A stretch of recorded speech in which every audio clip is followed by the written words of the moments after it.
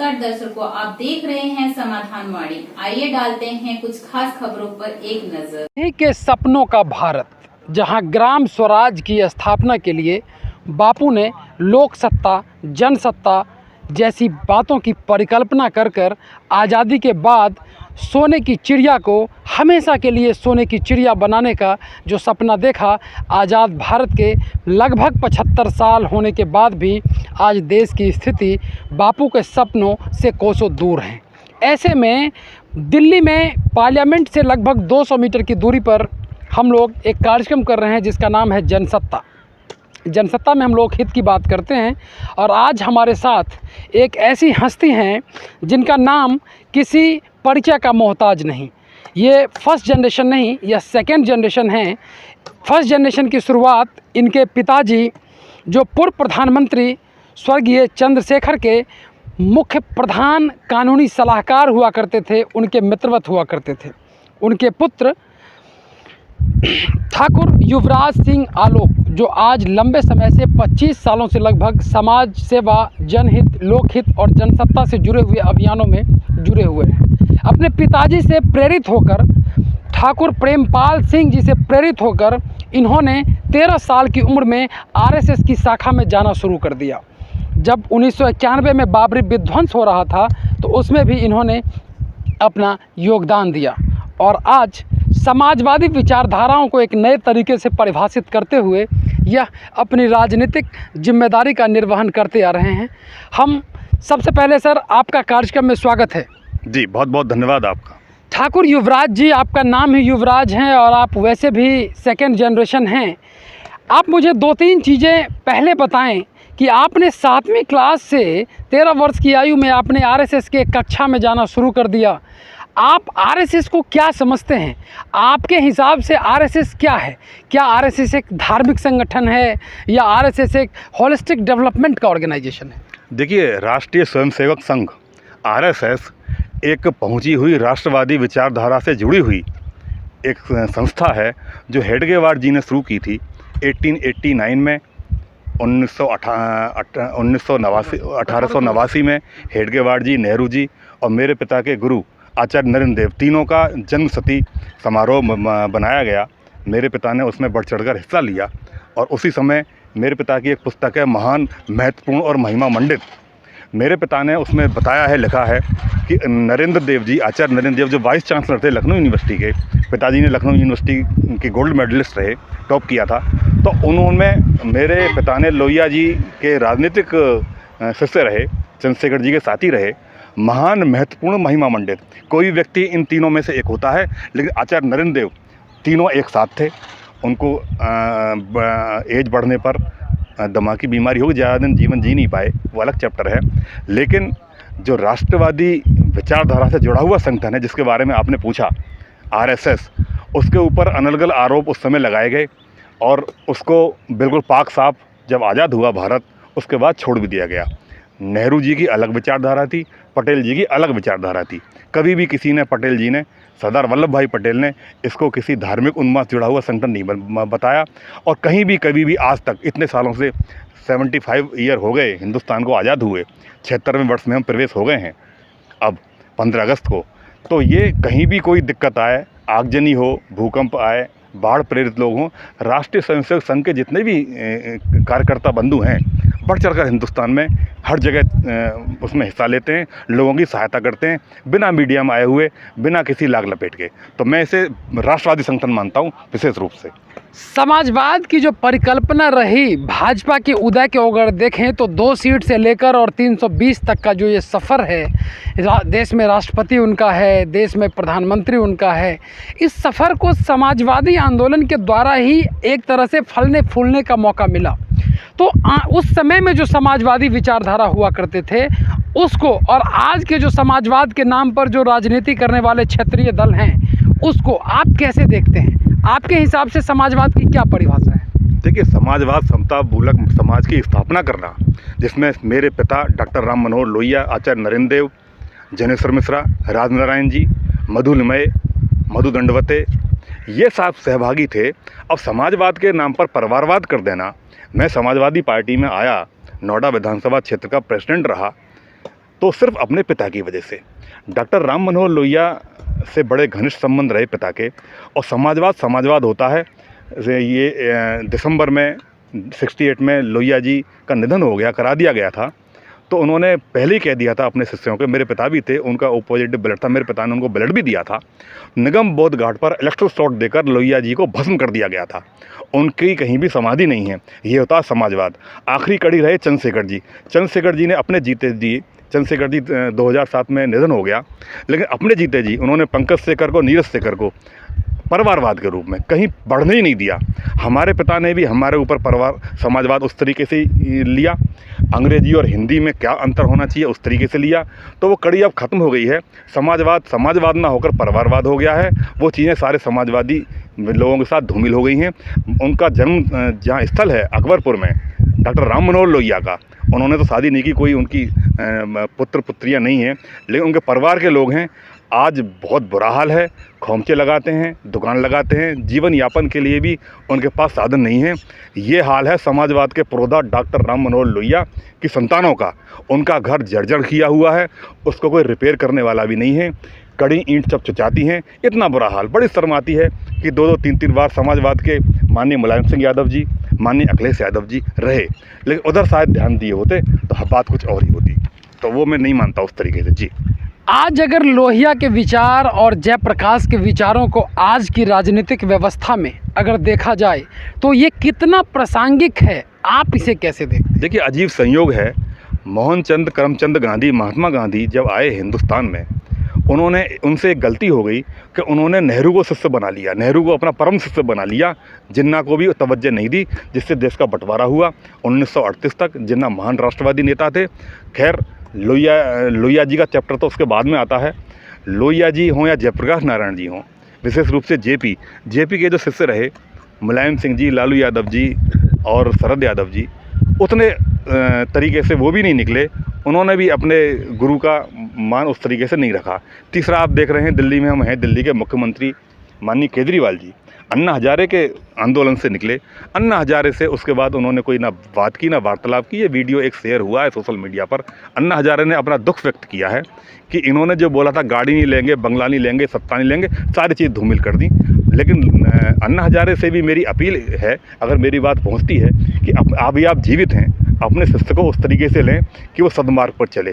क्योंकि सारी चीज़ें पैसे से सत्ता, सत्ता से पैसा जो आपका नारा था, वो सारी चीज़ें इस शिष्य ने, मुझे लगता है कि धूमिल कर दी गई हैं। तो मैं ये कह रहा था कि महात्मा गांधी हों या जेपी हों या लोहिया जी हों या अन्ना हजारे हों, इन्होंने अपने शिष्यों को सही तरीके से पहचाना ही, और जिसका भुगतान देश की जितनी भी जनता है, 140 करोड़ जनता इस समय है, वो भुगत रही है। अच्छा, आप राष्ट्रवाद की बात करते हैं, कुछ लोग छद्म राष्ट्रवाद की बात करते हैं, तो क्या समाजवादी आंदोलन के बाद जो क्षेत्रीय दलों का विकास हुआ, क्या क्षेत्रीय दल देश के राष्ट्रीय विकास के लिए खतरा है? आप इसको कैसे देखते हैं? नहीं, क्षेत्रीय दल देश के राष्ट्रीय विकास के लिए खतरा नहीं है। इससे लोकतंत्र मजबूत होता है। लेकिन क्षेत्रीय दल क्या हो गए हैं? सत्य यह है कि भारतीय जनता पार्टी और मार्क्सवादी कम्युनिस्ट पार्टी, मार्क्सवादी कम्युनिस्ट, ये 3 जो दल हैं, मुझे ऐसा लगता है कि सिर्फ इनमें परिवारवाद नहीं है, वरना लालू जी की बिहार में हो, महाराष्ट्र में ठाकरे जी की हो, और उड़ीसा में हो, या यूपी में हो, बहुजन समाज पार्टी हो, समाजवादी पार्टी हो, बीजू पटनायक की पार्टी हो, मतलब कहीं भी देख लें, सब परिवारवाद के दम पर निकल रही हैं और परिवारवाद हो गया है। कल ये यहाँ पर ये भ्रष्टाचार की जो बिल्डिंग ढाई गई है, हमारे पिता शुरू से ही कहते थे, कल वो बात लोग टीवी पर बोल रहे थे, जो प्रवक्ता थे, कि त्रिकुट बना हुआ है। मेरे पिता ने सन 80 में ये बात बोल दी थी। हाई लेवल का अफसर, अधिकारी, हाई लेवल का राजनेता और हाई लेवल का बिजनेसमैन, व्यापारी, इन तीनों का ऐसा त्रिकुट बना हुआ है कि ये टूट नहीं रहा। और ये त्रिकुट मिला के कुल हिंदुस्तान में 3-4% होते हैं, लेकिन 95%, 96% जनता को इस तरीके से ही लूटते हैं। अब आपने बिल्डिंग तो वो ढा दी भ्रष्टाचार की, लेकिन भ्रष्टाचार लुप्त नहीं हुआ। माननीय योगी आदित्यनाथ जी से मेरी अपील है कि इसमें जो उस समय के अधिकारी, दलाल, राजनेता या जो भी संलिप्त थे, प्रॉपर्टी डीलर, रियल एस्टेट के हांगकांग अधिकारी, उनके साथ भी वही हिसाब होना चाहिए।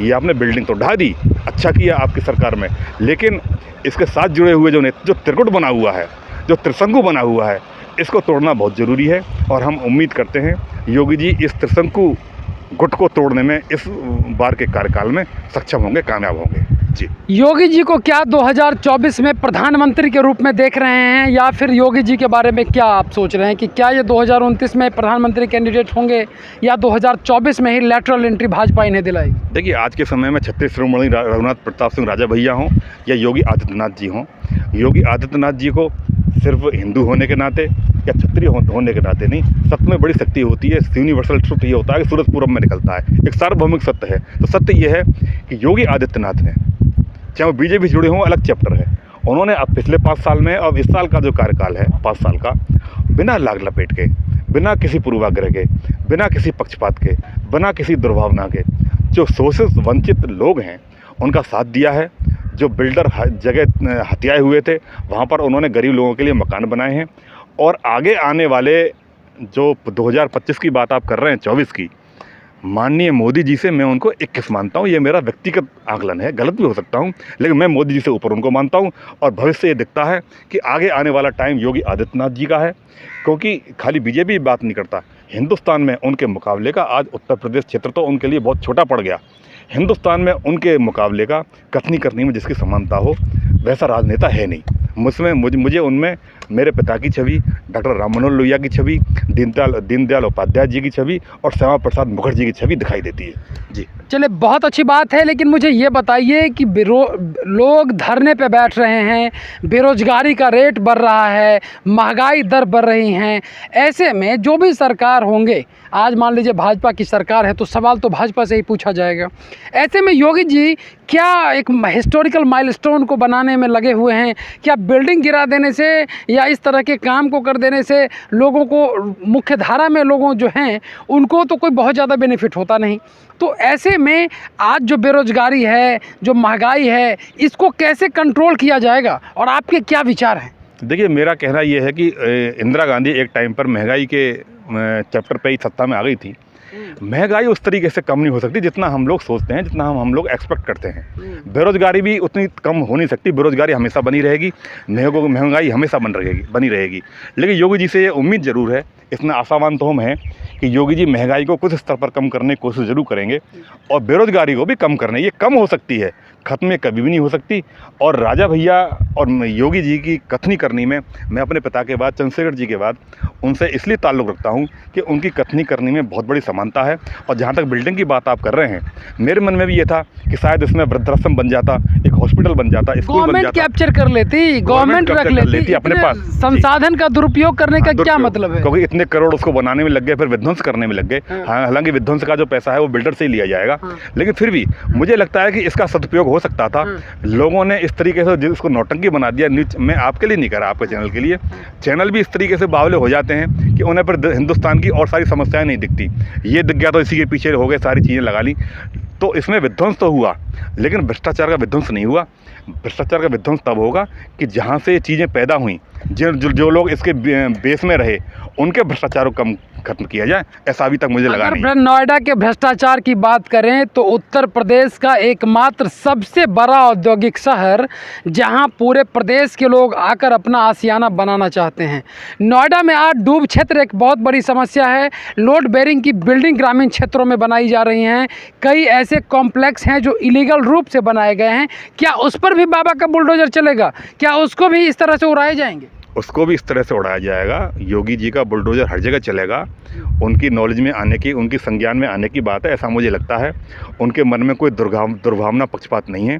लेकिन मेरी अपील यही रही है माननीय योगी जी से, इनके लपेटे में गरीब लोग ना आएँ, जो छोटे लोग अपना जीवन यापन कर रहे हैं, कहीं झोंपड़ी खोखा लगाए हुए हैं। अपने अधिकारियों को निर्देश दें कि उनको कम से कम तबाह ना करें, धुरंधरों को तबाह करें, जिनके मुंह में आप हाथ नहीं डाल सकते उनको तबाह करें। और उस कड़ी में योगी जी लगे हुए हैं। और जितनी भी ये चीज़ें आपने बोली नोएडा में, नोएडा उत्तर प्रदेश का सबसे ज़्यादा रेवेन्यू देने वाला एक बहुत बड़ा शहर बन चुका है। तो यहाँ पर विशेष उनकी जिम्मेदारी बन जाती है। और जो इसमें संलिप्त हैं, जो त्रिकुट जैसा मैंने बताया, मेरे पिता बोलते थे, अब वो बातें सामने आ रही हैं। इस त्रिशंकु को तोड़ना बहुत बड़ी आवश्यकता है और योगी जी शायद इसमें कामयाब होंगे। राजा भैया को भी मैं इस कड़ी में ही लेता हूँ। आपने जो पार्टी चुनी है वो राजा भैया की पार्टी है। राजा भैया को भी एक तरह से कुंडा का राजा कहा जाता है। कुछ लोग तो अलग अलग नाम से भी राजनीतिक प्रतिद्वंदिता के कारण उन्हें अपनाते हैं। राजा भैया को कैसे देखते हैं? क्या यूपी की राजनीति में राजा भैया एक ऐसा नाम है जो सर्वधर्म समभाव को आगे बढ़ाने के लिए काफ़ी है? देखिए, राजा भैया रघुराज प्रताप सिंह आम जनता के लिए, गरीब लोगों के लिए, शोषित के लिए, वंचित के लिए वो उतना हमेशा 30 साल कोई ऐसे विधायक नहीं बन जाता, वो भी निर्दलीय रूप में। इस बार अपनी पार्टी से लड़े वो अलग बात है। और जितनी भी जनता दरबार डेली लगता है और वहाँ पर जितने भी लोग हैं उनकी समस्याओं का निर्धारण वहीं कर देते हैं, क्योंकि हमारा जो चार स्तंभ माने जाते हैं, न्यायपालिका, कार्यपालिका, प्रेस आपका, तो न्यायपालिका में न्याय तो मिलता है लेकिन बहुत देर से मिलता है। तो वहाँ जो लोग हैं उनको एक तरीके से न्यायाधीश मानकर हाथ के हाथ न्याय लेते हैं बिना पक्षपात के। वो उस समय उस चैप्टर को वहीं निपटा देते हैं, इतनी आस्था लोगों में है। तो लोगों का शोषण वो नहीं करते। जो दबंग हैं, हरामी किस्म के लोग हैं, जो अपने को आताताई समझते हैं। श्री कृष्ण भगवान ने भी गीता में यही उपदेश दिया है कि जो उस तरीके का है आदमी है उसके प्रति प्रतिरोध करना चाहिए, प्रतिकार करना चाहिए। तो उसी रास्ते पर हम चलते हैं और उसी रास्ते पर माननीय राजा भैया जी चलते हैं, क्योंकि वो जो उस लेवल से ऊपर के लोग हैं उनके नाक में नकेल डालने का, जबड़ा निकालने का साहस रखते हैं। जो राजनेता हर तरीके का नहीं रखता, वो तो उल्टा करते हैं, गरीब लोगों को चूसते हैं लोग आज के राजनेता। और जो हरामी किस्म के लोग हैं, जो ऊंचे लोग हैं, जो त्रिशंकु की बात मैं कर रहा हूँ, उन पर वो कोई अंकुश नहीं लगाते। राजा भैया इससे उल्टे हैं और जो कहते हैं करते हैं। कथनी करनी बड़ा समानता है उनकी। इसलिए मैं अपने पिता चंद्रशेखर जी के बाद राजा भैया और योगी जी को मानता हूँ जी। आप संघ की विचारधाराओं से काफ़ी प्रेरित हैं, काफ़ी प्रभावित है। आप बचपन से ही संघ की विचारधाराओं को लेकर जीवन जी रहे हैं। अभी हाल ही के दिनों में पटना के एसएसपी ने एक बयान दिया था कि पीएफआई और आरएसएस में कोई अंतर नहीं है। ऐसे में उसके इस बयान को आप कैसे देखते हैं? हमारी ये जिह्वा है, मैं भी बोल रहा हूँ। कोई भी व्यक्ति किसी भी रूप में स्वतंत्रता है बोलने की, भारत का एक नागरिक होने के नाते। उन्होंने जो बोला वो उनकी बुद्धि पर तरसाता है। ये सोचकर भी शर्म आती है कि क्या आदमी कोई ऐसा भी सोच सकता है। अगर मैं ये सूरज को दीपक दिखाने वाली बात होगी, अरे राष्ट्रीय स्वयंसेवक संघ से कहाँ पीएफआई की तुलना कर दोगे? तुलना करने का अपने आप में शर्मसार चीज़ है। तो उनके जो मंसूबे हैं, जो उनकी सोच है, वो उनको मुबारक हो। लोग कह रहे हैं कि मुख्यमंत्री के इंटरफेरेंस में ये बयान दिया गया क्योंकि सरकार बदलना था, अलायंस पार्टनर चेंज करना था, तो इस तरह के बयान प्रशासनिक अधिकारियों को देकर एक माहौल ख़राब करने की साजिश की गई थी। लेकिन साजिश कामयाब इतनी आसानी से होती नहीं है, क्योंकि इसमें थोड़ा बहुत शॉर्टकट जो लोग अपनाने की कोशिश करते हैं। हमारे मुख्यमंत्री दिल्ली माननीय केजरीवाल जी अपने मुंह से कुछ भी कह देते हैं। अपने मनीष सिसोदिया जी के ऊपर आजकल चैप्टर चल रहा है ईडी का, तो अपने मुंह से कुछ भी कह देना, अपने मुंह मियाँ मिट्टू बन जाना और एक आरएसएस जैसे संगठन की तुलना अपने से कर लेना। ये इसलिए कि बात प्रेस में आएगी, मीडिया में आएगी, तो थोड़ा इन लोगों को लोग तवज्जो दे दें। उसके अलावा कुछ भी नहीं है। आरएसएस कहाँ और ये लोग कहाँ। राष्ट्रीय स्वयंसेवक संघ का इतना पुराना इतिहास रहा है, इतना संघर्ष किया है, उनसे इन लोगों की तुलना हो ही नहीं सकती। बहुत सारे लोग हैं कि आरएसएस से तो उस तरीके की बयानबाजी दे देते हैं। वो उनकी दुर्बुद्धि पर मुझे तरस आता है। उनको प्रभु सद्बुद्धि दे, मैं तो यही उम्मीद कर सकता हूँ जी। आप कई सारे फ्रंटल ऑर्गेनाइजेशन चलाते हैं, युवाओं के लिए, किसानों के लिए, क्षेत्रीय समाज के लिए। उन सब फ्रंटल ऑर्गेनाइजेशन को लेकर क्या मतलब औचित्य रहता है? जैसे कहीं ना कहीं देखिए, अगर कोई आदमी क्षेत्रीय समाज को चला रहे हैं, कोई एससी समाज को चला रहे हैं, तो क्या ये समाज को विखंडित करने का एक जरिया नहीं माना जाता है? आप इसको कैसे देखते हैं? देखिए, समाज को विखंडित करने का जरिया नहीं है, समाज को संगठित करने का जरिया है। हिंदुस्तान की जो आबादी है 140 करोड़, अब मैं राजपूत होने के नाते ऐसा नहीं है, इस तरह से कह रहा हूँ। हिंदुस्तान में 30%, यहाँ पे 25-30 की आबादी क्षत्रियों की है, सबसे अधिक। लेकिन क्षत्रिय शुरू से ये इनका इतिहास रहा है। महाराणा प्रताप के आज हम जन्मशती मनाते हैं, पृथ्वीराज चौहान की मनाते हैं। लेकिन जिस समय महाराणा प्रताप थे, किसी भी रियासत ने, जयपुर, बीकानेर, बाड़मेर जो आसपास की थी, किसी रियासत ने उनका साथ नहीं दिया और उनका विध्वंस करने की कोशिश की, क्योंकि वो अपने स्वाभिमान को बचा कर रखना चाह रहे थे। आज भी क्षत्रियों में वही है। जो मेरे जितना नज़दीक क्षत्रिय होगा, वो उसकी दुर्भावना उतनी हमारे प्रति होगी। अधिकतर ये है, सबके लिए मैं नहीं कह रहा। तो हम उनको संगठित करने का एक क्षत्रिय सेना हमारा संगठन है, उसमें हम कोशिश करते हैं कि सब लोगों को संगठित किया जाए। ये देश हित के लिए, देश के अहित के लिए बिल्कुल भी नहीं। और इसमें हम कहीं ना कहीं कामयाबी मिल रही है। लेकिन पूरे जो राजपूत हैं, आज मैं अपील करूँगा, परसों भी उनकी वो मनाई गई। आज अब जैसे पृथ्वीराज चौहान कुछ लोग कह देते हैं कि ये गूंजर हैं। भाई, मेरे ये एक साजिश है। गूंजरों को राजपूतों से बढ़ाने के लिए। मेरे क्षत्रिय भाइयों, मैं आपको आपके माध्यम से कहना चाहता हूँ, इनके ग्रोह में ना फंसें। गुर्जर भी आपके भाई हैं, जाट भी आपके भाई हैं, आपका DNA एक है। ये क्षत्रियों में से सारे निकले हुए हैं। अगर ये कहते हैं कि पृथ्वीराज चौहान गुर्जर थे, कहने दीजिए, इतिहास मिट नहीं सकता, जो सत्य है वो मिट नहीं सकता। सूरज पूरब में तो पूरब में ही निकलेगा। जो भी पृथ्वीराज चौहान थे वो पृथ्वीराज चौहान वही रहेंगे। किसी कहने से कुछ नहीं होता। आप मनभेद या मतभेद इस चैप्टर पर ना करें, संगठित रहें और किसी की राजनीति में इस तरीके से ना फंसें। मेरा मानना यही है। क्षत्रिय सेना के माध्यम से हम इन लोगों को संगठित करना चाहते हैं और इनकी जो आगे आने वाली पीढ़ियाँ हैं, हमारा हाल 2000 साल हम गुलाम रहे, इतना बुरा क्यों हो गया राजपूतों का? क्योंकि ये अकड़मंड हो गए, आलस में पड़ गए, विलासता में पड़ गए, अपने धंधे छोड़ दिए। क्योंकि हमेशा वही उत्थान पतन चक्र, मेरे पिता की एक पुस्तक है, अप डाउन। समाज हो, राष्ट्र हो, व्यक्ति हो, जो ऊपर है कल नीचे आएगा, जो नीचे कल ऊपर जाएगा, ये सत्य है। और कर्म का फल, आज जितने भी जेल में सड़ रहे हैं, मैं सबके लिए दुर्भावना से नहीं कह रहा, सत्य कह रहा हूँ। आसाराम, नित्यानंद, परमानंद, राम रहीम, राधे माँ, दाती महाराज और कितने अनगिनत हैं। इन्होंने लोगों के कर्म सुधारने की कोशिश की, लोगों को बड़ा समझाया। प्रधानमंत्री, मुख्यमंत्री, राष्ट्रपति तक इनके साथ आते थे, लेकिन अपने कर्मों पर ध्यान नहीं दिया। तो आप अपने कर्मों पर ध्यान दें। अपने आगे आने वाली पीढ़ी जो है, जो हमारी उत्तराधिकारी है, जो हमारी जनरेशन है, उसको अगर आगे बढ़ाना है तो आपके कर्मों को ठीक करना पड़ेगा और विलासता से दूर होना पड़ेगा। ये हम कोशिश करते हैं क्षत्रिय सेना के माध्यम से। बहुत अच्छा। किसानों को लेकर इस देश में एक बड़ा विस्तार चर्चा हुआ।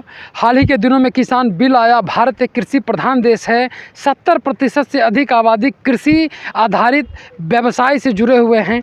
तो किसानों की आय में प्रधानमंत्री का सपना था कि इनकम को दोगुना करेंगे। महंगाई तो दोगुना हो गया, लेकिन किसानों की आय दोगुना नहीं हुई। कई ऐसे रिपोर्ट्स में ये कहे गए हैं। आप इसको कैसे देखते हैं? देखिए, 76 वर्ष हो गए हिंदुस्तान को आज़ाद हुए। उस समय की बात बताता हूँ मैं आपको। डॉक्टर राम मनोहर लोहिया, प्रधानमंत्री नेहरू जी और वित्त मंत्री मोरारजी देसाई, उस समय लोहिया जी ने 3 आने बराम 13 आने का बड़ी ज़बरदस्त बहस थी। इन्होंने तब से लेकर अब तक सिर्फ किसान को पैसा ऐंठने का और उसको जो उसका लागत है, जो उसकी लागत लगती है, उसको पूरा उत्पादन, किसी भी चीज़ में आप जाएं, अगर हम टीवी बनाते हैं, हम मोबाइल बनाते हैं, हम कार बनाते हैं, तो कोई भी उद्योगपति है अपना खर्चा मार्जिन मनी लेके, लेबर लेके, इलेक्ट्रिसिटी लेके थोड़ा सा मार्जिन रख के उसको आगे मार्केट में बेचता है। लेकिन किसान को उसकी जो लागत का जो लागत लग चुकी है उसका मूल्य भी नहीं मिलता। और जितने भी धन्ना सेठ हैं, दलाल हैं, अधिकतर उसको अधिक कीमतों पर बेचकर किसान के जेब में पैसा ना जाकर दलाल के जेबों में पैसा जाता है। जो आंदोलन था ये रहा काफ़ी टाइम तक, टिकैत जी का रहा। महात्मा टिकैत के जो वारिस रहे, महेंद्र सिंह टिकैत को हम बहुत तरीके से मानते हैं। उनकी ये मांग रही थी जो इस बिल में थी। हमारा जो संगठन है किसानों का, इस बिल के समर्थन में था 4-5 संशोधन करके। वो संशोधन हुए नहीं और बीजेपी का इसमें बहुत बड़ा फेलियर रहा। प्रधानमंत्री मोदी जी के जो इतने MLA MP हैं, इतने MP हो जाते हैं, 500-600 विधायक हो जाते हैं, कोई समझा नहीं पाया। इनका अपना संगठन किसान संघ भी उसमें कुछ कर नहीं पाया। खैर, वो इन्होंने वापस ले लिया। उसमें कुछ सुधारों के साथ अगर वही बिल चलता तो उससे छोटे किसानों का, बड़े किसानों का नहीं, उसमें हित हो सकता था। अब ये क्या करते हैं, किसानों को क्रेडिट कार्ड दे देते हैं, लोन दे देते हैं, कर्जा दे देते हैं। किसान जो होता है बस उसी में करने में उसकी ज़िंदगी निकल जाती है। उसको अपनी बेटी की शादी के लिए, फंक्शन के लिए भी पैसा वहाँ के आड़तियों से, वहाँ के जो धन्ना सेठ हैं उनसे लेना पड़ता है, बहुत मोटे इंटरेस्ट पर, और उनके चंगुल में ऐसा फंसता है जीवन यापन वो निकल नहीं सकता। तो किसानों के हित के लिए अभी भी मैं माननीय मुख्यमंत्री योगी जी और माननीय प्रधानमंत्री जी से अपील करूँगा कि ऐसा कोई बिल लाएँ जो छोटे किसानों का हित करे, उनको उस चक्रव्यूह से निकाले।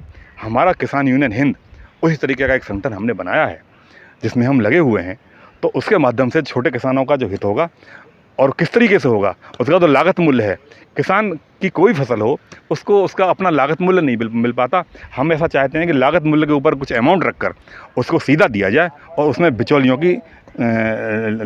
बिचौलियाँ उनमें साथ में नहीं संलिप्त होना चाहिए। तो किसान बड़ा सीधा होता है, भोला होता है, उस पढ़ा लिखा ज़्यादा होता नहीं है, उसे लोग बेवकूफ़ बना लेते हैं, उससे पैसा ऐंठ लेते हैं। तो वो तभी हो सकता है जब उसमें एक कानून सख्त लाया जाए किसानों के हित में, जो अभी तक आया नहीं 76 साल में। युवाओं को कैसे देखते हैं? युवाओं के बारे में क्या कहेंगे? युवाओं को आज नशे का शिकार हो रहे हैं, देश में ड्रग्स का बिजनेस बढ़ रहा है। हाल ही के दिनों में कांडला पोर्ट पे, मुंद्रा पोर्ट पे ड्रग्स 26,000 करोड़ का ड्रग्स पकड़ा गया था, जो देश के पूरे सभी हिस्सों में बांटा गया है। 767 डिस्ट्रिक्ट में ड्रग्स पैडलर्स उपलब्ध हैं और हर जगह आज के युवा नशे के गिरफ्त में आ रहे हैं। उन युवाओं के लिए क्या संदेश देंगे? उन माता पिताओं के लिए क्या संदेश देंगे जो अपने अपने बच्चे को इस ड्रग्स पैडलर से दूर करेंगे। ये लेडी अभी जो ड्रग्स के चैप्टर पर ख़त्म हुई है और उसको ब्लैकमेल किया गया, वीडियो भी वायरल हो गया है कि उसको उसका साथी जो पिए है ड्रग्स दे रहा है। सुशांत राजपूत की मृत्यु भी इसी चक्कर में हुई। तो मैं आज के युवाओं से अपील करूंगा, ड्रग्स है, ड्रिंक है, ये जितने भी नशे हैं, नशा हर चीज़ का बुरा होता है, इस नशे से बचें। और हर बेटा, हर पुत्र, हर पुत्री पहले अपने माँ बाप को देखती है, माता पिता को देखती है। मैं उन माता पिताओं से भी अपील करूंगा, अपने को मेंटेन रखें, अपने को डिसिप्लिन में रखें। खुद माता पिता ड्रग्स लेते हैं, नशा करते हैं अलग अलग तरीके का, उसके लिए अपने को सेटिस्फाइड कर लेते हैं अलग अलग रूप में, उससे बचें। और युवाओं को, माता पिता को भी अपील कर रहा हूँ, युवाओं को भी अपील कर रहा हूँ कि मेरे साथियों, मित्रों, युवा साथियों, आगे आने वाला हिंदुस्तान आपका है, लेकिन आप इस नशे से बचें। किसी भी तरीके का नशा हो, कोई साथी आपको उससे अगर किसी भी रूप में मोहित करने की कोशिश करता है तो उससे बचें। उससे आप बहुत सारी चीज़ों से, बहुत सारे संकटों से, बहुत सारी विपत्तियों से बच जाते हैं। ये 2-3 जो मृत्यु हमने जल्दी में देखी हैं, वो भी बड़े बड़े सेलिब्रिटी की, वो नहीं होती अगर वो नशा ना करते। तो मेरा कहना यही होगा कि नशे से बचें, और नशे में जो और लोग आपके साथी हैं उनको भी आप इस तरीके से समझाएं, उनको सही चीज़ बताएं कि नशा हमें किस तरीके की दुर्भावना में प्रेरित करता है। इससे शॉर्टकट में ऐसा नहीं है कि नशे से आपको आराम शॉर्टकट में कुछ टाइम के लिए मिल जाता है, लेकिन आपको ये बेकार करता है, आपका स्वास्थ्य भी खराब करता है।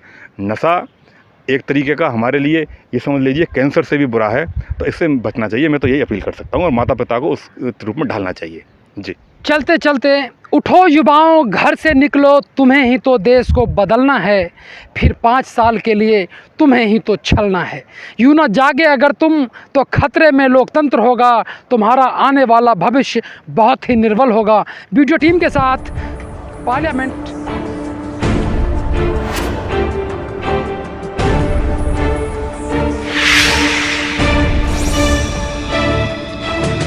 समाधान वाणी, हर खबर सच के